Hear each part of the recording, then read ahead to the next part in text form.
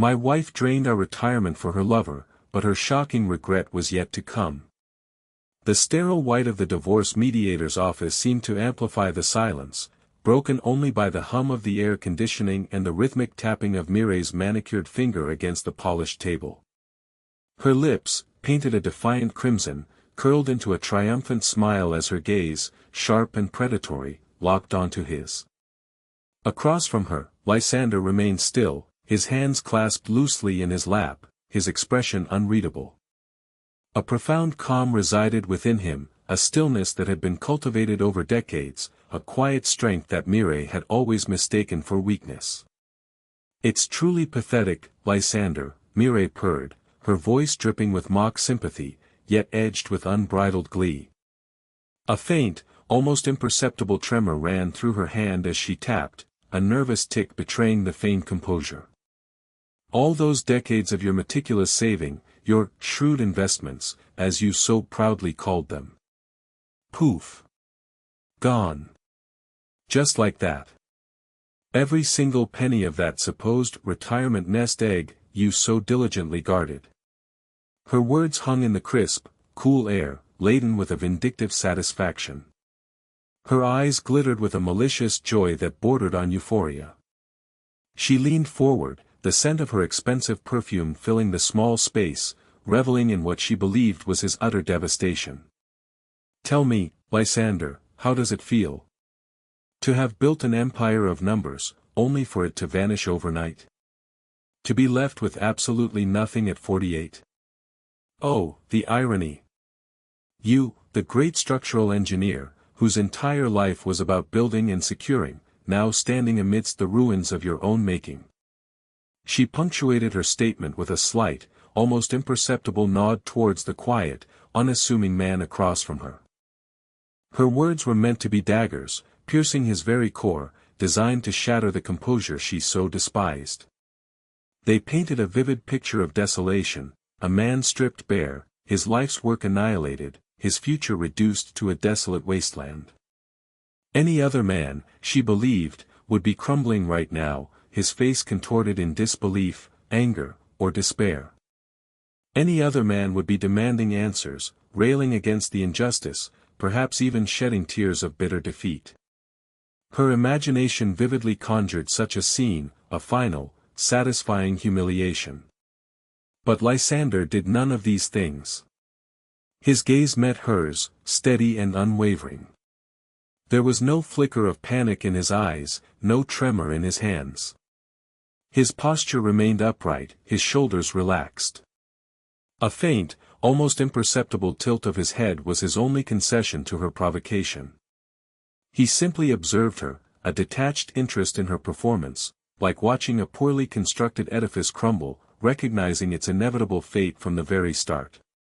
Mireille's triumphant smile faltered, replaced by a flicker of confusion. She had expected a reaction, an explosion of emotion, a desperate plea.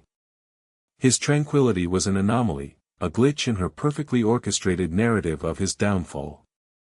She had rehearsed this moment in her mind countless times, envisioning his brokenness. His stillness was unnerving. What is that look, Lysander?" she stammered, a hint of unease creeping into her voice, the earlier confidence beginning to fray at the edges. "Are you deaf?" He said, "It's all gone. Every single cent siphoned, transferred, withdrawn. By me. And my new partner." The last two words were delivered with a flourish, a final, deliberate jab, as if to twist an already deep wound. A heavy silence descended again, amplifying the tension in the small room. The mediator, a seasoned professional named Mr. Harrison, shifted uncomfortably in his seat, his eyes darting between them, sensing an undercurrent he couldn't quite decipher. He had witnessed countless bitter divorces, but this man's calm in the face of such a devastating pronouncement was unprecedented. It defied all his professional experience, creating an unsettling void where anger and despair should have been. Lysander allowed the silence to stretch, letting her words hang in the air, letting her believe she had achieved her ultimate victory. He let her revel in the delusion, knowing that the higher the perceived peak, the more precipitous the fall. Then, he spoke, his voice low, calm, and measured, devoid of any discernible emotion, a quiet ripple in the stillness that seemed to draw all attention. "Mireille," he said, her name a quiet ripple in the stillness. "You are quite correct. The joint accounts, the ones we both had access to, are indeed empty. A meticulous job, he must concede." Her initial confusion melted back into a smug grin, believing his calmness was merely a facade, a sign of shock-induced numbness, a prelude to a breakdown. "See? Even he admits it, Mr. Harrison. He has nothing. It's a clean break. I've taken what I'm entitled to, and now I'm free to start my new life." She cast a quick, triumphant glance at the mediator, seeking his validation for her perceived triumph. Lysander held her gaze, his own eyes reflecting a depth she had never bothered to understand, a quiet vastness she had consistently overlooked. "Indeed, Mireille. A clean break. But perhaps," he paused, allowing a subtle shift in his tone, a barely perceptible sharpening of the edges of his words, "you have only seen the surface of the waters. And the depths, as you will soon discover, hold far greater currents than you ever imagined." His statement hung in the air, a cryptic prophecy. Mireille's smugness wavered again, a tiny crack appearing in her confident facade. She scoffed, a brittle, dismissive sound that was more a nervous tick than genuine scorn. "Currents? What nonsense are you talking about? You have nothing left, Lysander. You're just trying to save face." Her voice carried a hint of desperation, a tremor that belied her bravado. But as he slowly, deliberately, rose from his chair, his movement unhurried and precise, a shadow of doubt began to etch itself onto Mireille's features. The unwavering calm in his eyes, the quiet confidence in his posture, the subtle hint of a hidden narrative in his voice, it all contradicted the picture of ruin she had so gleefully painted.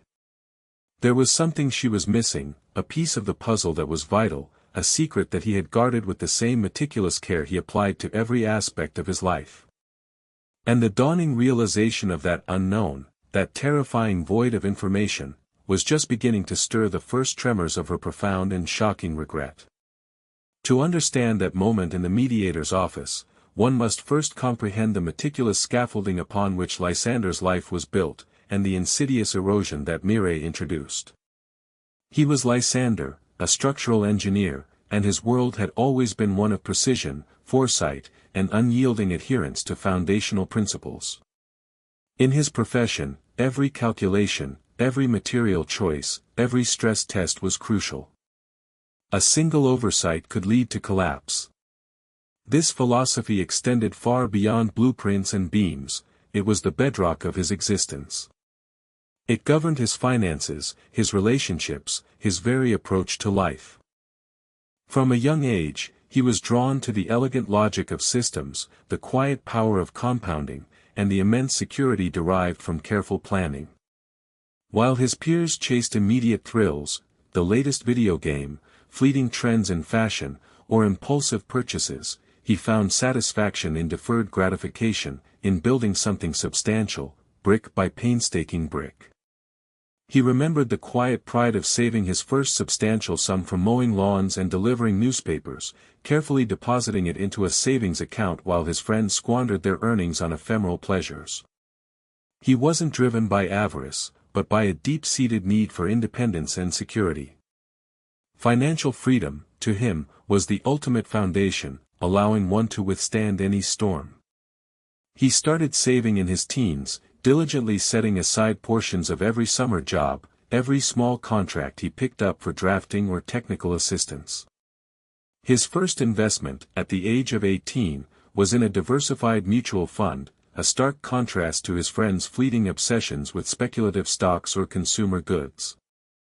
He educated himself relentlessly, devouring books on economics, market trends, and long-term asset management, spending countless hours in libraries and poring over financial journals, driven by a quiet, unwavering conviction. When he met Mireille during his late 20s, she was a whirlwind of vivacity and charm, a stark contrast to his quiet intensity. She exuded an effortless glamour, her laughter bright and infectious, captivating to someone whose life had been largely disciplined and intellectually focused. He, in his earnestness, mistook her exuberance for joy, her love for luxury as a natural appreciation for beauty. He found her spontaneity refreshing, a vibrant counterpoint to his own methodical nature. She, he later understood, saw in him not a partner for shared dreams, but a sturdy pillar upon which she could build her own extravagant fantasies. She admired his discipline, not for its inherent value, but for the financial security it promised her, a solid, dependable base from which to launch her aspirations of perpetual leisure and material abundance. Their early years were a delicate dance of compromise, or rather, his continuous concessions. He was frugal, she was extravagant. He saw value in experiences and intellectual growth, she saw it in designer labels and lavish vacations, insisting on a certain lifestyle that stretched his carefully planned budgets. He worked tirelessly, often putting in extra hours, meticulously managing their joint finances, always striving to balance her desires with his principles of long-term security. He diversified their portfolio, investing in stable blue-chip stocks, conservative bonds, and strategically acquired real estate, always with a long-term horizon. Their retirement fund grew, steadily, powerfully, a testament to decades of disciplined contributions and shrewd, patient investments. It was a substantial sum, enough to provide for a comfortable and dignified future, a future he envisioned them sharing, free from financial worry, a quiet haven of security and shared contentment. But as the years passed, Mireille's desires escalated beyond what any responsible financial plan could sustain. Her need for immediate gratification became insatiable. His meticulousness, which she initially admired, she now found stifling, a constant brake on her impulses. His quiet nature became boring, his thoughtful silences, unresponsive. His foresight was dismissed as overthinking, his prudence as parsimony. She craved immediate gratification, a constant influx of new luxuries, a life of perpetual leisure where every whim was instantly satisfied. Her discontent festered, manifesting as sharp criticisms, passive-aggressive remarks, and an ever-widening chasm between their values. She resented his prudent approach, seeing it not as security, but as a limitation on her freedom. That nest egg became, in her eyes, a vault holding her captive, rather than a promise of shared liberation, a symbol of his control rather than a shared future. The affair, when he discovered it, was not a shock, but a confirmation. It was a symptom of a deeper malaise, a manifestation of her insatiable desire for external validation and fleeting pleasure. The first clue came in subtle shifts in her routine, then a misplaced phone that revealed a string of flirtatious messages, finally culminating in a hushed, late-night phone call he overheard. Her lover, a charming, charismatic individual with a penchant for grand gestures and a seemingly endless supply of cash, which, he would later learn, was as ephemeral as his promises, offered her the instant gratification she craved. He represented a stark contrast to Lysander's quiet reliability, a vibrant, if shallow, counterpoint to his measured stability. Julian, for that was his name, was a smooth talker, always ready with a compliment and an invitation to a lavish event, showering Mireille with attention and fleeting excitement that Lysander could not, or would not, provide. Yet, even as their marriage crumbled, Lysander remained steadfast in his principles. He did not lash out. He observed. He analyzed. He recognized that the joint accounts, while significant, represented only one facet of his financial strategy, a layer visible to the casual observer, but far from the whole edifice. This brings him to his secret weapon, the true cornerstone of his financial resilience, a testament to a foresight that even Mireille, despite her intimate proximity, had never perceived. Years before he ever met Mireille, even before his career as an engineer truly took off, he had made a singular, rather unconventional investment. It wasn't for joint retirement, or a shared future. It was a deeply personal endeavor, born from a profound belief in a nascent technology that most dismissed as fringe or impractical. In the late 1990s, when the Internet was still a fledgling concept to the masses, a realm mostly for academics and hobbyists, he became fascinated by the potential of digital infrastructure. Specifically, he saw immense, undervalued potential in a niche area of network security and data encryption, a technology that, at the time, was primarily used by governments and large corporations, but which he believed would become ubiquitous. He remembered attending obscure industry conferences, poring over white papers late into the night, and engaging in intense, almost obsessive, discussions with early adopters. He invested a small but significant portion of his early savings, money he had earned from meticulous, almost obsessive, freelance engineering projects outside his regular work, designing complex algorithms for niche manufacturing processes, optimizing industrial workflows, or creating custom data management systems for small businesses.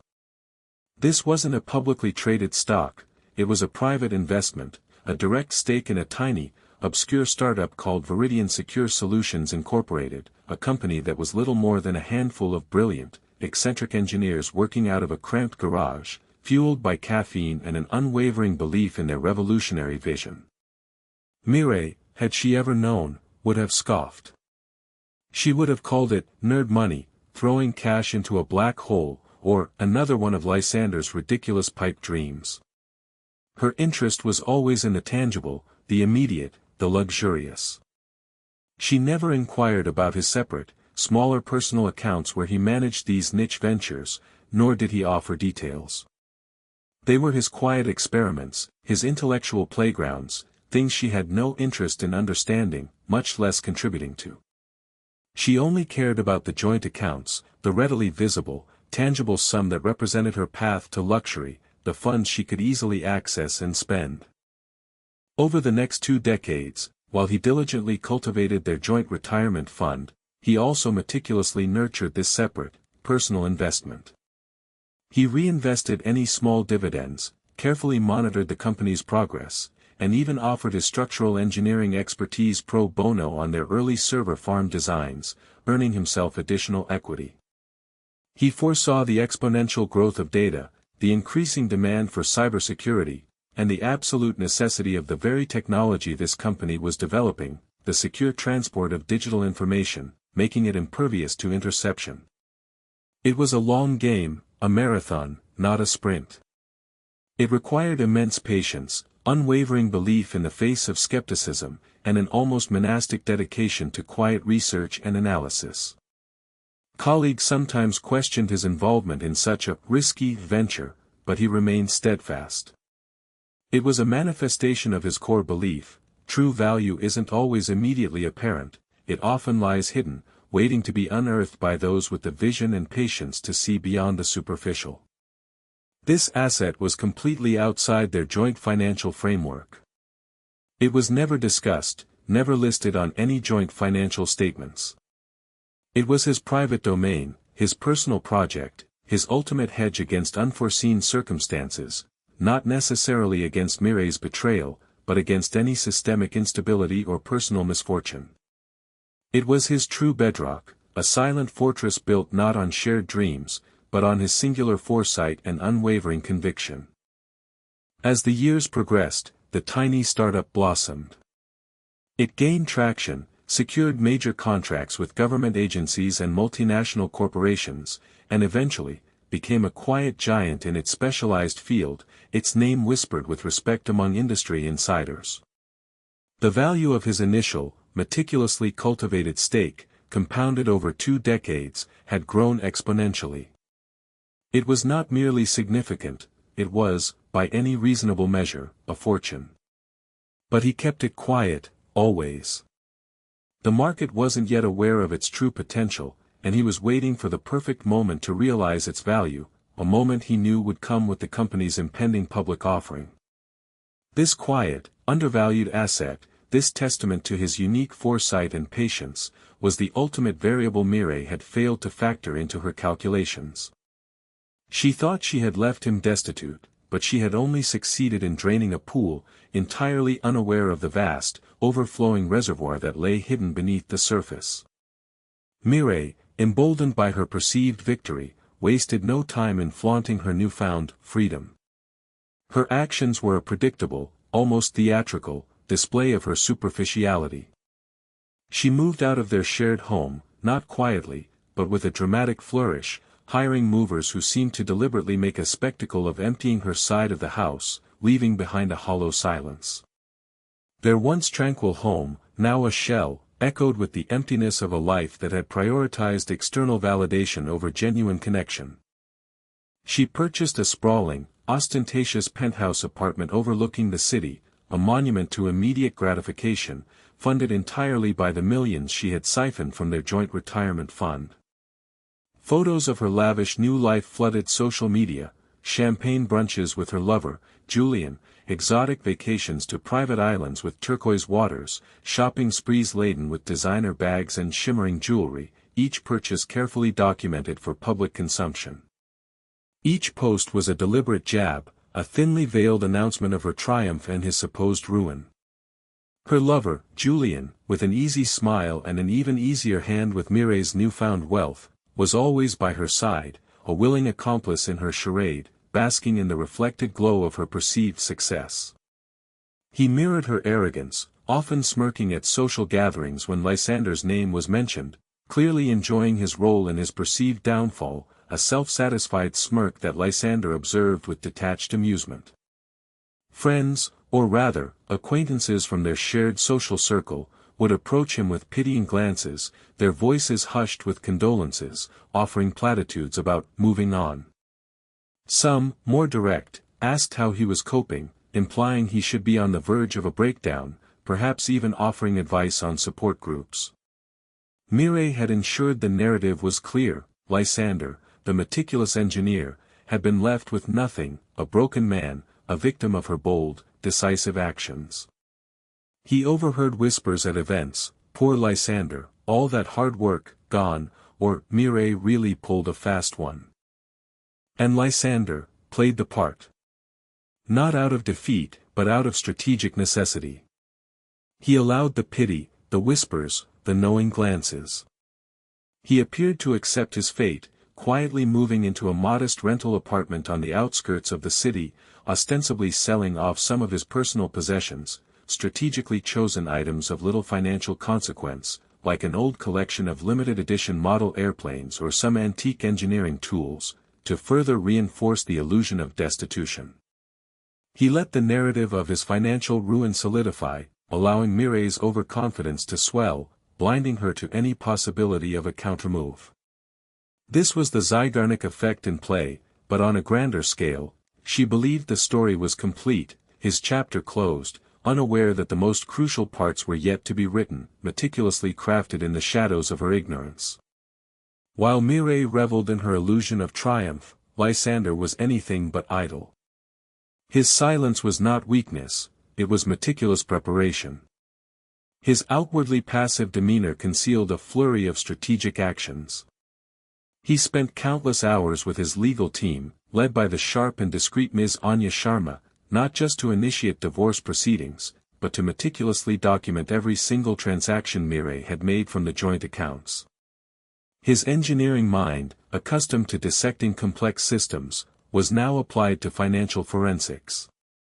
Every withdrawal, every transfer, every expenditure was logged, cross-referenced, and categorized, building a comprehensive timeline of Mireille's spending spree. They built an irrefutable case, not merely for financial misappropriation, but for deliberate, premeditated depletion, leveraging her own brazenness against her, turning her public flaunting into damning evidence. Simultaneously, his attention was quietly, intensely focused on his true financial fortress. The obscure tech company, in which his 2-decade-old personal investment resided, was on the cusp of its public offering. The market buzz was beginning to build, and the pre-IPO valuations were astronomical, fueled by whispers of groundbreaking breakthroughs in data security. The technology, once considered niche, was now indispensable in an increasingly digital world. This was the moment he had patiently waited for. He was in constant communication with his personal financial advisor, a discreet and highly competent individual named Clara, who had managed this specific asset for him for years. She understood the long-term vision and his desire for absolute confidentiality, acting as a silent, efficient guardian of his true wealth. They meticulously planned the timing of the IPO, the optimal moment to sell a calculated portion of his shares to maximize returns, and the strategic transfer of the resulting liquidity into accounts impervious to any claim Mireille could ever conceive, offshore trusts and meticulously structured private funds. This wasn't about revenge, it was about re-establishing his foundational security, albeit with a new, much higher baseline. His plan in motion wasn't a series of aggressive overtures, but a quiet, methodical process of gathering evidence and positioning his true assets. He allowed Mireille to believe she had won, to believe she had crippled him beyond recovery. This belief fueled her arrogance, leading her to make increasingly brazen and public displays of her newfound wealth. She bragged about her savvy financial maneuvers to mutual acquaintances, often making veiled insults about his lack of foresight or inability to enjoy life, laughing about his supposed financial conservatism. Her ego inflated with every designer purchase and every exotic trip, further cementing her delusion of invincibility. She was digging her own grave with every swipe of her credit card, every boastful social media post, unaware that she was merely providing more ammunition for the inevitable reckoning. He allowed the curiosity gap to widen for everyone around them. The setting for the climax was precisely as Lysander had orchestrated, a mandatory, final mediation session scheduled by Mr. Harrison, the divorce mediator. Mireille had insisted on it, believing it would be the perfect stage for her final, triumphant pronouncements. She arrived in a flurry of designer silk and expensive perfume, her handbag a shimmering status symbol, Julian, her lover, a smug shadow at her side, his expensive watch catching the light. Her smile was condescending, her eyes glinting with anticipated victory, the air around her thick with self-satisfaction. His legal team, led by the sharp and discreet Ms. Anya Sharma, sat opposite them, quietly observing, their faces betraying nothing. "Well, Lysander," Mireille began, her voice dripping with an artificial sweetness that grated on the nerves, a theatrical purr. "I trust you've had time to reflect on your limited options. As you know, the joint accounts are thoroughly depleted. I've simply taken what was rightfully mine, allowing me to finally live the life I deserve." She glanced at Julian, who offered a supportive, though slightly nervous, squeeze of her hand. He seemed less comfortable in this formal setting than in the lavish parties Mireille now threw, a faint sheen of perspiration on his brow. "My proposal," she continued, pushing a document across the table with a theatrical flourish, its pages crisp and new, "is simple. I keep what I have. You, Lysander, can keep the house, which, by the way, has a significant mortgage, and your dwindling pension from work. You'll be starting from scratch, I'm afraid. But at least you'll have a roof over your head. It's more than some people get." Her tone was laced with thinly veiled malice, a final, public humiliation designed to inflict maximum pain. Mr. Harrison cleared his throat, sensing the escalating tension, his gaze flicking from Mireille's smug face to Lysander's impassive one. "Mireille, that is hardly a fair division of assets, especially given the history of the joint fund." Mireille cut him off, her voice rising, a brittle edge entering her tone. "Fair? What's fair is that I finally escaped this suffocating existence. Lysander's money was always so boring. So slow. I needed to accelerate things. And I did. Now, he has to face reality." She turned to him, her eyes challenging, a defiant gleam in their depths. "What do you say, Lysander? Do you finally admit defeat?" Lysander remained calm, his gaze steady, unwavering. He had allowed her to speak, to lay out her complete narrative of his ruin, to fully commit to her illusion of power. This was the precise moment. His head tilted slightly, a subtle gesture that belied the monumental shift about to occur. "Mireille," he began, his voice clear and resonant, filling the room, a quiet authority that commanded attention. "You are correct in one assertion, he has indeed reflected. And his reflection has brought him to a rather different conclusion than yours." He nodded to Ms. Sharma. She produced a sleek, leather-bound folder and placed it before him. He opened it, revealing a single document, its surface filled with meticulously organized data.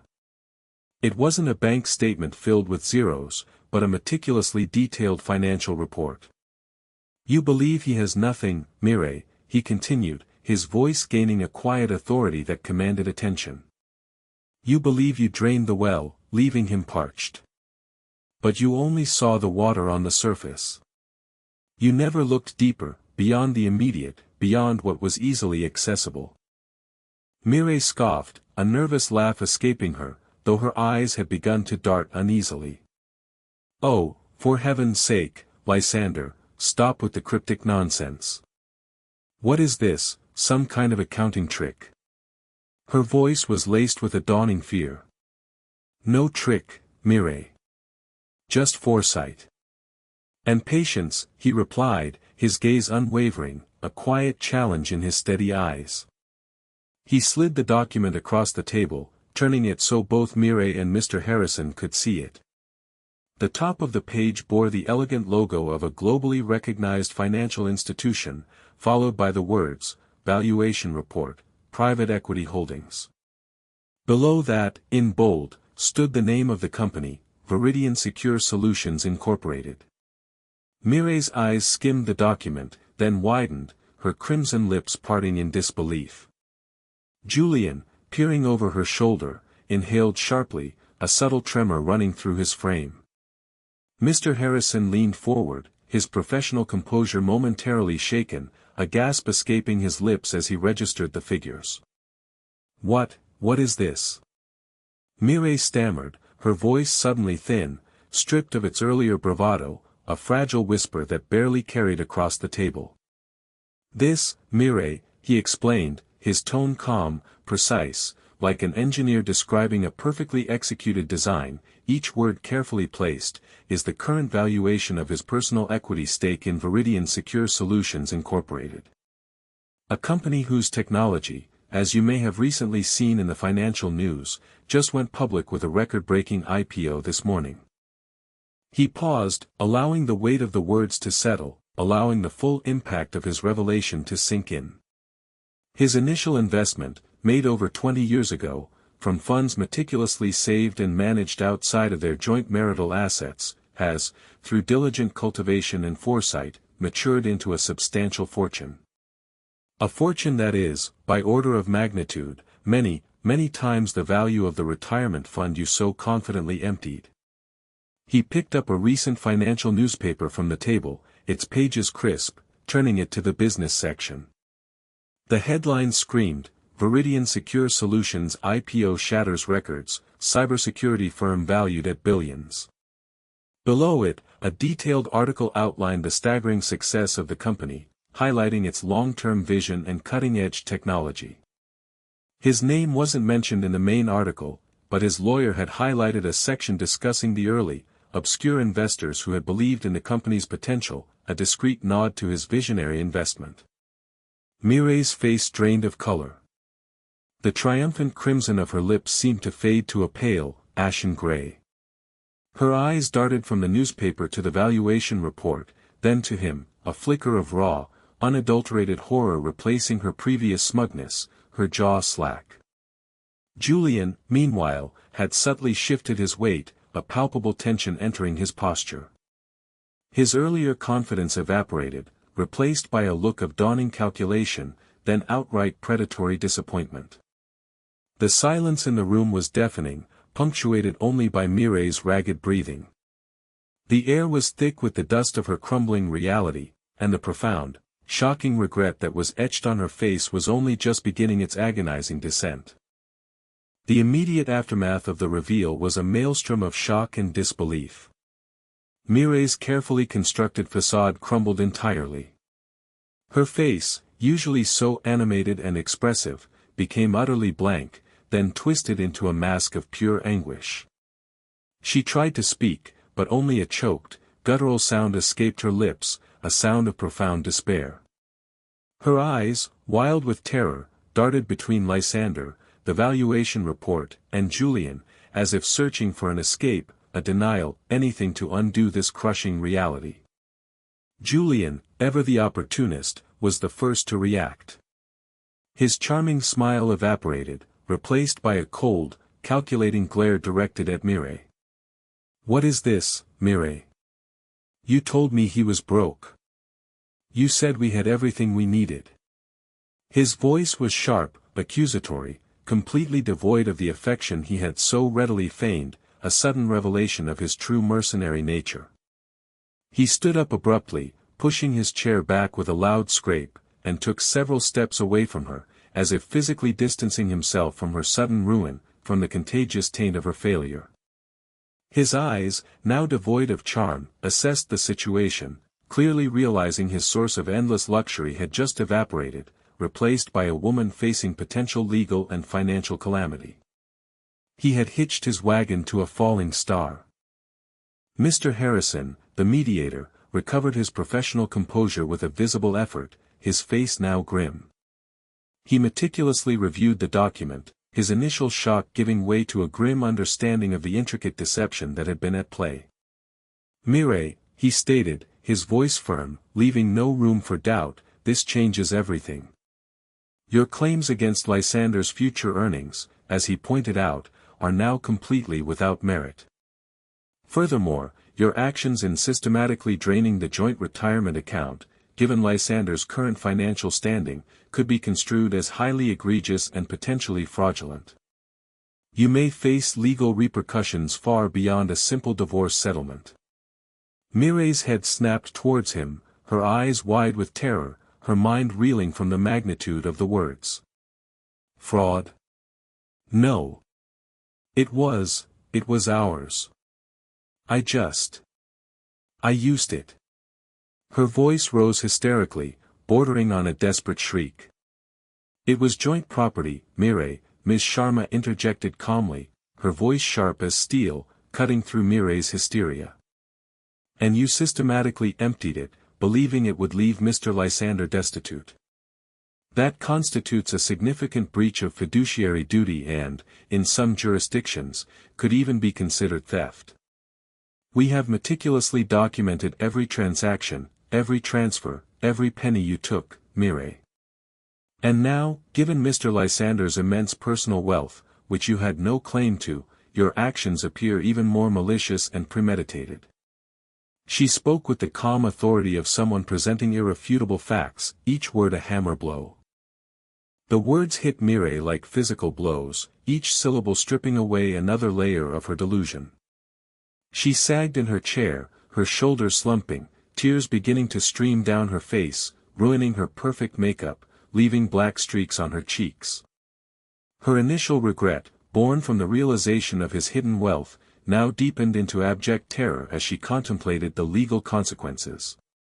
Her carefully constructed life of luxury and leisure, built on the illusion of his poverty, was now collapsing around her, a house of cards struck by an unforeseen gust. Julian, seeing the writing on the wall, wasted no time. I think I need to go, Mireille," he stammered, already halfway to the door, his eyes avoiding hers. This is not what I signed up for." He offered a fleeting, almost imperceptible, apologetic glance at Lysander, a gesture of self-preservation, not remorse, before slipping out of the room, leaving Mireille utterly alone, her desperate pleas for him to stay falling on deaf ears. The silence that followed his departure was heavy, filled with Mireille's soft, broken sobs. She had lost her lover, her perceived financial security, and now faced a grim future of legal battles and social ostracization. The public facade of her glamorous new life, so meticulously crafted and flaunted on social media, now lay in shattered pieces, exposed for the sham it truly was. Over the next few weeks, the fallout was swift and brutal for Mireille. His legal team, armed with irrefutable evidence of her financial misdeeds and the stark contrast of his own untouched fortune, pursued the case vigorously. The divorce settlement was overwhelmingly in his favor.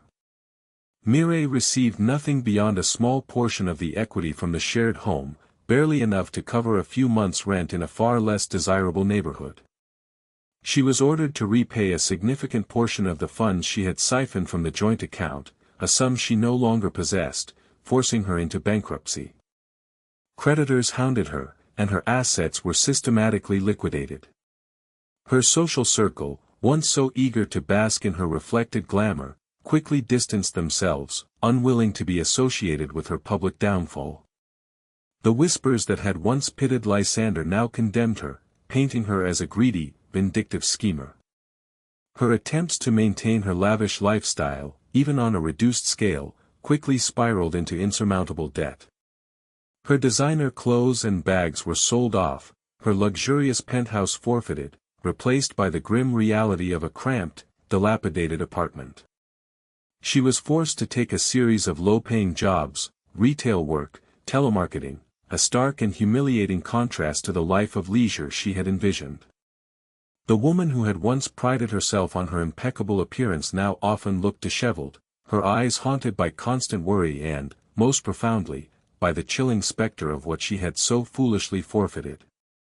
Her shocking regret was no longer a nascent tremor, it was a full-blown earthquake, leaving nothing but ruin in its wake, a constant, agonizing reminder of her colossal misjudgment. A year has passed since that climactic day in the mediator's office, a year that has brought profound shifts to both their lives. For Mireille, it has been a steep and painful descent. The opulence she craved has been replaced by stark reality. She works menial jobs, struggling to make ends meet, the weight of bankruptcy and social isolation a constant burden. Her once vibrant appearance has faded, replaced by the tired resignation of a woman who chose fleeting gratification over enduring substance.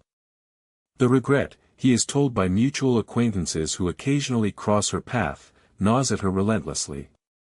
She often speaks of what could have been, not with bitterness towards Lysander, but with a profound, self-inflicted sorrow for her own short-sightedness, for the true wealth she failed to recognize and cherish. She sees his thriving existence from afar, perhaps catching glimpses of his name in business journals or through the filtered lenses of social media, a constant, agonizing reminder of the fortune she dismissed, the foresight she mocked, and the stable, wealthy future she so arrogantly squandered. For Lysander, life has taken on a quiet, fulfilling rhythm. His initial goal was always security and freedom, and the fortune from Viridian Secure Solutions has provided that in spades. He sold a significant portion of his shares during the IPO, diversifying the proceeds into a robust portfolio managed by Clara, his trusted financial advisor. The remaining equity continues to grow, a testament to the enduring value of patience and strategic investment. The financial anxieties that once subtly colored his life are gone, replaced by a quiet confidence. He has not sought revenge, nor does he harbor bitterness. His focus has been on building, as it always has been. He's invested in several promising green energy startups, applying his engineering expertise to projects that genuinely excite him, contributing to a better future for the planet. He's established a foundation supporting STEM education for underprivileged youth, channeling his passion for logic and problem-solving into empowering the next generation, ensuring they have the tools he once painstakingly acquired. He travels now, not to lavish resorts, but to places of historical and architectural significance, satisfying a lifelong intellectual curiosity, exploring ancient wonders and modern marvels of engineering. His life is calm, peaceful, and rich in ways Mireille could never comprehend. He is free from the constant strain of financial anxiety, free from the draining emotional toll of a mismatched partnership. He is in a new relationship, with a woman named Eleanor, an astrophysicist whose quiet intellect and genuine curiosity resonate deeply with his own. She appreciates his meticulousness, not as a flaw, but as a strength, and finds beauty in the quiet pursuit of knowledge and meaningful connection. Their conversations are filled with shared interests, mutual respect, and a profound sense of peace. There is no pretense, no superficiality, only a deep and abiding understanding, a shared journey built on genuine connection rather than fleeting material desires. The true lesson of this journey, one he reflects upon often, extends far beyond financial acumen. It is a testament to the enduring power of quiet resilience, of foresight, and of investing not just in assets, but in one's own capabilities and convictions. While others chase fleeting trends and immediate gratification, true enduring wealth, whether financial, emotional, or intellectual, is cultivated through patience, discipline, and an unwavering commitment to foundational principles. Mireille believed she had left him destitute, but in reality, she only cleared the path for him to step fully into the abundance he had meticulously prepared for himself, an abundance built on a foundation of integrity, foresight, and unyielding self-reliance. Her regret, shocking and profound, became the mirror reflecting the true cost of her choices. If you found Lysander's story of resilience and strategic triumph compelling, you're in the right place. Our channel is dedicated to sharing real-life narratives of justice, wisdom, and profound life lessons, where true character often reveals itself in the face of adversity. Don't miss out on more stories like this. Make sure to subscribe to our channel and hit that notification bell so you're always the first to know when a new video drops. And now, he'd love to hear from you. Have you ever encountered such a profound act of ingratitude or betrayal in your own life? Or perhaps, what would you have done if you were in Lysander's shoes? Share your thoughts and experiences in the comments below. Your insights truly enrich our community.